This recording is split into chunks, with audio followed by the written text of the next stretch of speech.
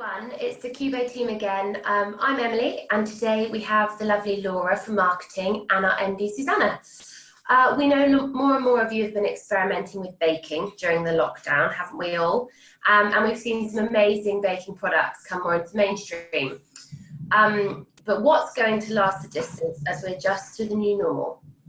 So, Laura, you are definitely the keenest baker of the bunch, even with a sideline in making celebration cakes and brownies I've just heard. What do you think is the biggest trend that might be here to stay? Hello, thank you so much for having me on your podcast today. Very exciting. There's one thing that I have been kind of inundated with through Instagram, through my housemates, and just kind of in general, and that's the trend for vegan baking, vegan everything. My housemate actually showed me a stat this morning that said almost 8 million Brits have eaten more vegan food since the start of the pandemic. So I think, which is crazy, but I mean, understandable, but a huge kind of chunk of the population.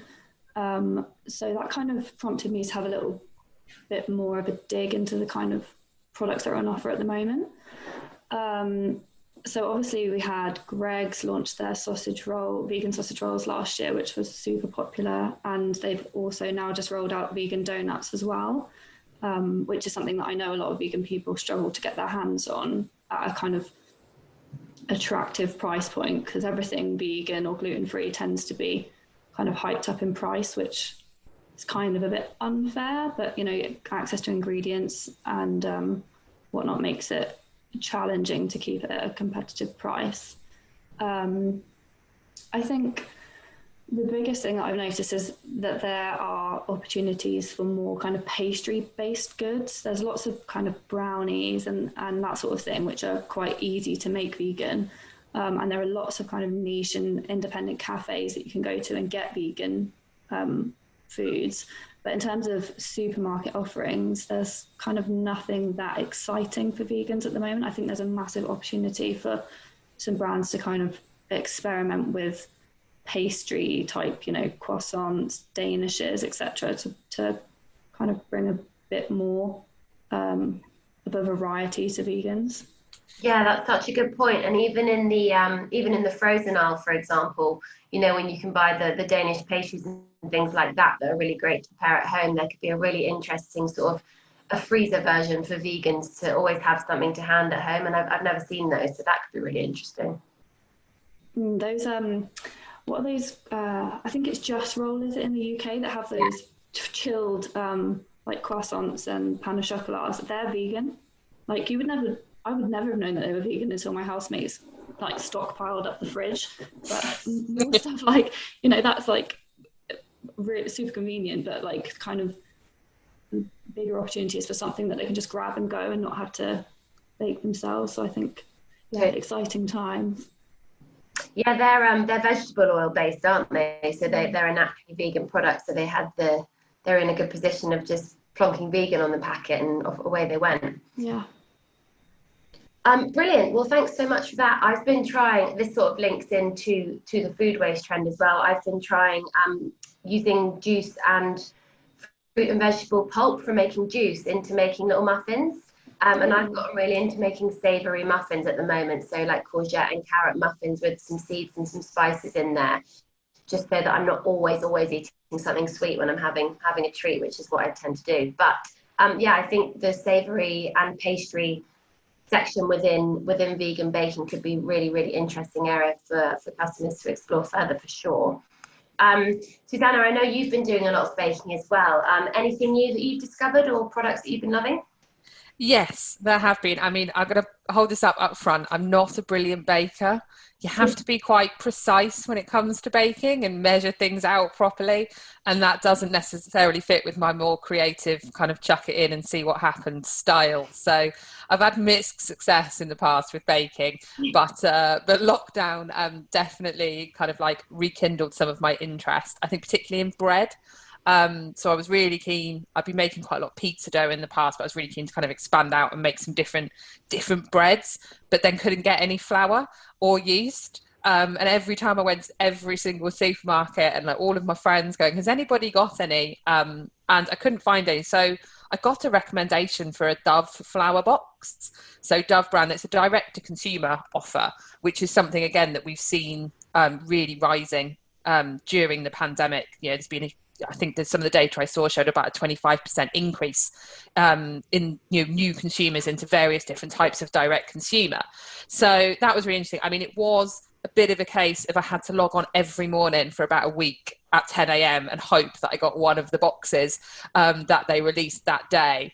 But I did manage to get my Dove flower box, and it came, and it's such beautiful packaging as well. It's all like different colours, and really creative. Yeah.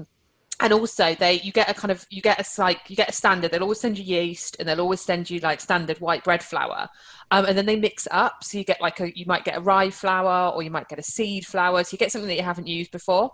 So that was quite exciting. And I'm trying to get another Dove box, having kind of getting towards the end of my yeast.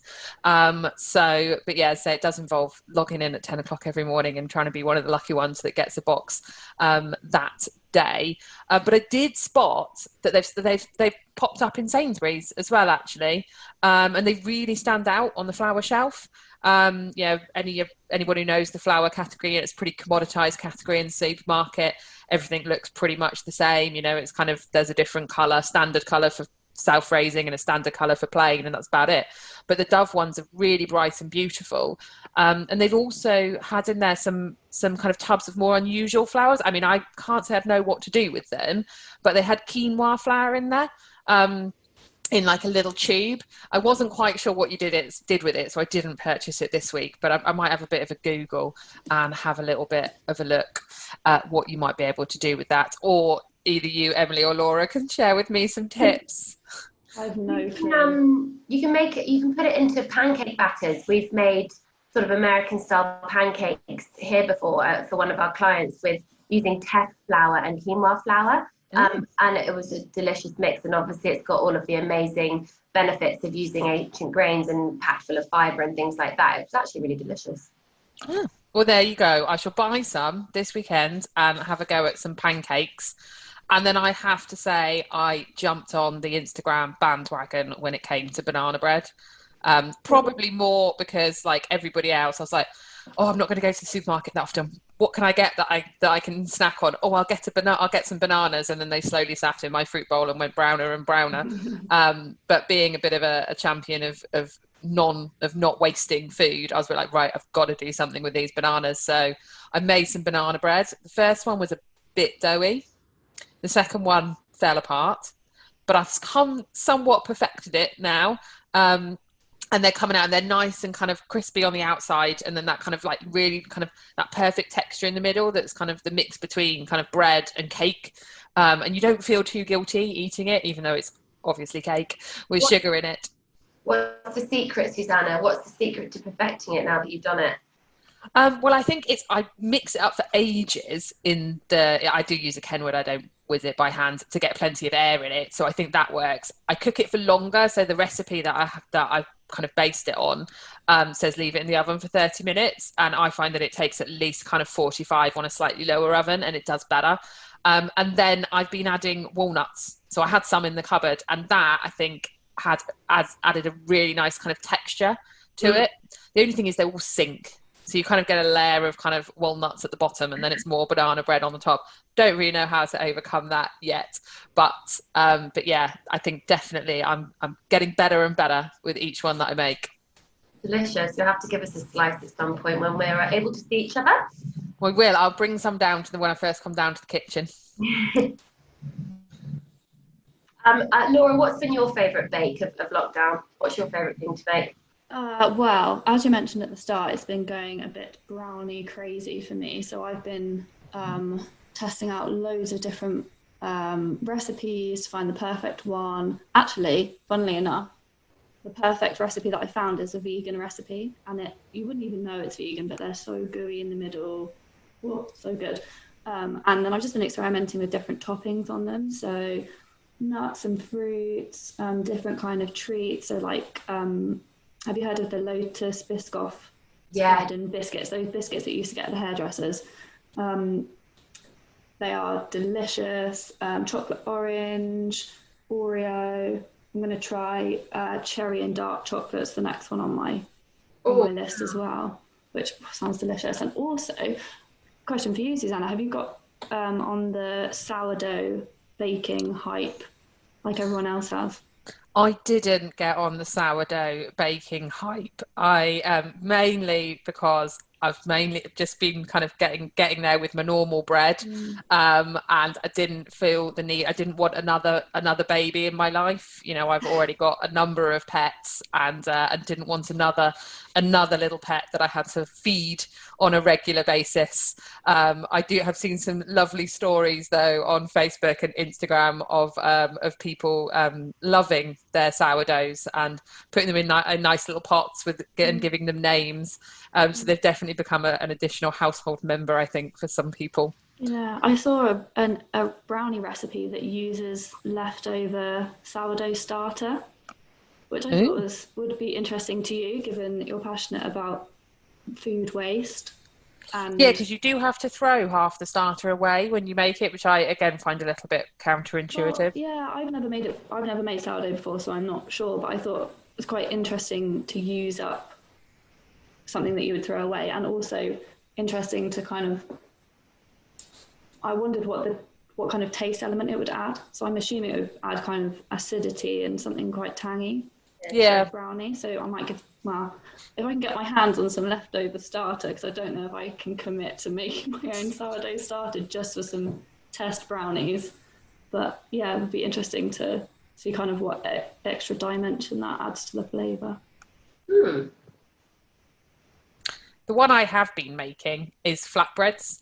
So I'm making up like a big batch of flatbread dough, and then freezing it in little balls so that it's then nice and quick. And because you don't have to bake them in the oven, they're super quick to make. Once you've got the dough and you've sorted the dough, they're super quick to actually cook, because you can just do them in the frying pan or even on the barbecue. I did have the neighbours come around the other day because our fire smoke alarm was going off because I was cooking off a few flatbreads for social distance lunch with a couple of friends, and it set off the smoke alarm in my house, and we couldn't work out how to turn it off. Whoops. Oops. So have you been baking anything, Emily? I know you're a massive seedy fan, and you've also talked about your muffins. But there's lots of things you can do with seeds, I'm sure. Yeah, so you just mentioned the flatbreads. I actually had a really interesting sort of sourdough moment with my flatbreads, because I went out to the shops on my walk in Cornwall, and I said to my boyfriend, Will, why don't you have a go at making dinner, which is always an interesting moment. And he said, yeah, okay, cool. Came back, and the flatbread dough looked suspect at best. And I thought, okay, we'll give this a go. Not great. And so I said, you know what, let's just leave it, and tomorrow let's try it. So we left it overnight, so it proved for 24 hours. We made the flatbreads the next day, and they were absolutely delicious. They were sour flatbreads because it had fermented overnight. So that actually was really good. We made like quick sourdough flatbreads. But definitely my favorite thing I've been making is bagels. I saw a bagel recipe, absolutely love bagels. Never made them before lockdown, and they were such a game changer, so chewy. Obviously, my favourite freezer came into play. Make them up, put them in the freezer. I covered them all in seeds. I also folded an omega seed mix through them. And obviously, because it's me, I made them a bit healthier and made them with some rye flour and some wholemeal flour as well, which worked really well. And yeah, I've been slathering them with tahini and marmalade, which is my new version of peanut butter and jam. And yeah, delicious. Been loving it for a non-baker. How do you cook a bagel? You form them. They're actually really fun to make. You form them, and then you poach them for 20 seconds on either side, and then you finish them off in the oven with a nice crisp top. Yeah, I think there's definitely some room in the market out there for some really healthy, dark brown wholemeal bagels with loads and loads of seeds on the top, because I would definitely be buying a pack. Yeah, I have to say, I don't normally class a bagel as one of my healthier breakfasts when I slather it in full fat cream cheese and slam some bacon in the middle. There's always room for a bit of whole grain in there somewhere, though. Yeah, maybe. Well, guys, I reckon that's a lot of tips for the people at home. It's definitely a baker's dozen and a half. I really hope we've provided you guys with some things to try at home, and perhaps some next innovation for you guys out there. As always, if you want to know more, then please reach out to the Cubo team and listen out for some more podcasts coming soon. Thank you.